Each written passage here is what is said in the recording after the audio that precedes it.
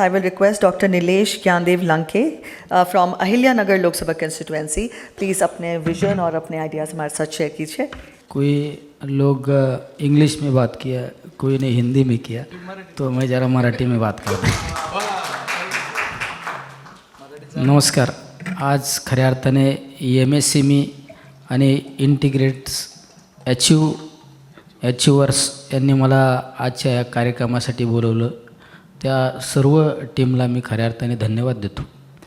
आणि या MSME डिपार्टमेंटचे ज्यांच्या नेतृत्वाखाली हे डिपार्टमेंट चालतं, त्या डिपार्टमेंटचे हेड म्हणून जितेंद्रजी मांझी साहेबांना खऱ्या अर्थाने मी धन्यवाद यासाठी देतो की पक्ष पार्ट्यापेक्षा काम करणाऱ्या माणसाबद्दल आपण चांगलं बोललं पाहिजे. हे सगळ्यात महत्त्वाची बाजू आहे. कारण आत्तापर्यंतच्या या इतिहासामध्ये म्हणजे प्रत्येक माझ्या ग्रामीण भागातील उद्योजक तयार झाला पाहिजे आणि ह्या भावनेतून काम करणारे मिनिस्टर म्हणून आपण जितेंद्र मांझी साहेबांकडे पाहतो. मधल्या कालखंडामध्ये मी त्याचा एक अनुभव घेतला. मी माझ्या मतदारसंघामध्ये अहिल्यानगर दक्षिण लोकसभा मतदारसंघामध्ये आपल्या विभागाचे अतिशय कार्यतत्पर अधिकारी म्हणून संदीपजी पोखरकर असू, आमचे दुसरे रहाणे साहेब असू किंवा आमचे आशिष शिंदे असू, अश्विनी शिंदे असू, यांच्या नेतृत्वाखाली मी माझ्या मतदारसंघामध्ये एक युवा उद्योजकांना मार्गदर्शन शिबिर ठेवलं होतं. आणि त्या शिबिरामध्ये एक 500 ते 600 युवा उद्योजकांनी सहभाग घेतला आणि निश्चित त्याचा इतका अतिशय चांगल्या पद्धतीने फायदा झाला. बऱ्याच वेळा आपल्या ग्रामीण भागातील मुलांना कुठल्या व्यवसायासाठी किती त्या ठिकाणी आपल्याला सबसिडी मिळते ह्याच गोष्टी माहीत नसतात. आज तुम्ही जर गावागावामध्ये फिरल्यानंतर एक 4-2% लोक असे असतात का त्यांना सगळ्या शासनाच्या योजना माहीत असतात.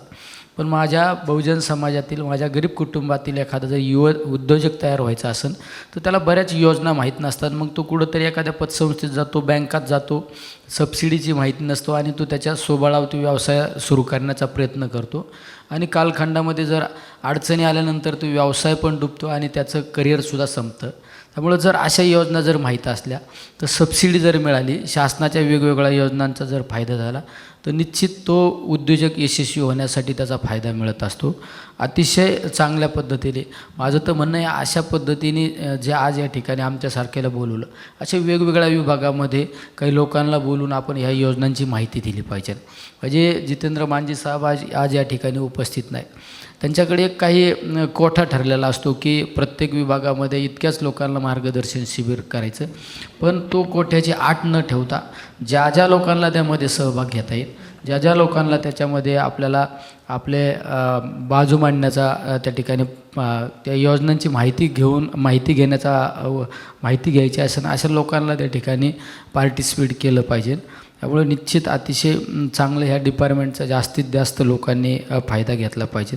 आज आपल्या सरकारमध्ये आपण म्हणतो की आत्मनिर्भर भारत म्हणजे माझा युवा उद्योजक तयार झाला पाहिजे.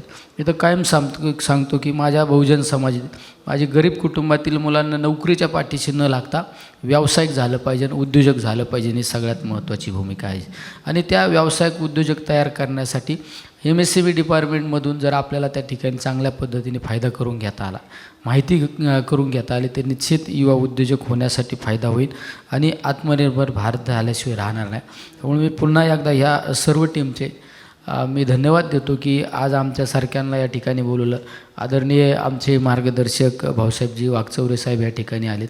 दुसरे आदरणीय आमचे नेते बजरंगजी बाप्पा सोनवणे, दुसरे आमचे आदरणीय नेते नाशिकवरून लोकसभा मतदारसंघाचं नेतृत्व करतात असे भास्करजी भगरे सर या ठिकाणी उपस्थित आहे. म्हणजे महाराष्ट्रातील लोकांना आमच्यासारख्या संसदेमध्ये नवीन आलेल्यांना सुद्धा या ठिकाणी तुम्ही बोलवलं, त्याबद्दल तुम्हालाही धन्यवाद देतो. आणि पुन्हा एकदा MSME डिपार्टमेंट असो किंवा ह्या सर्व ज्यांनी कार्यक्रमाचं आयोजन केलं त्यांना धन्यवाद देतो. थांबतो. रामकृष्ण हरी. जय शिवराय.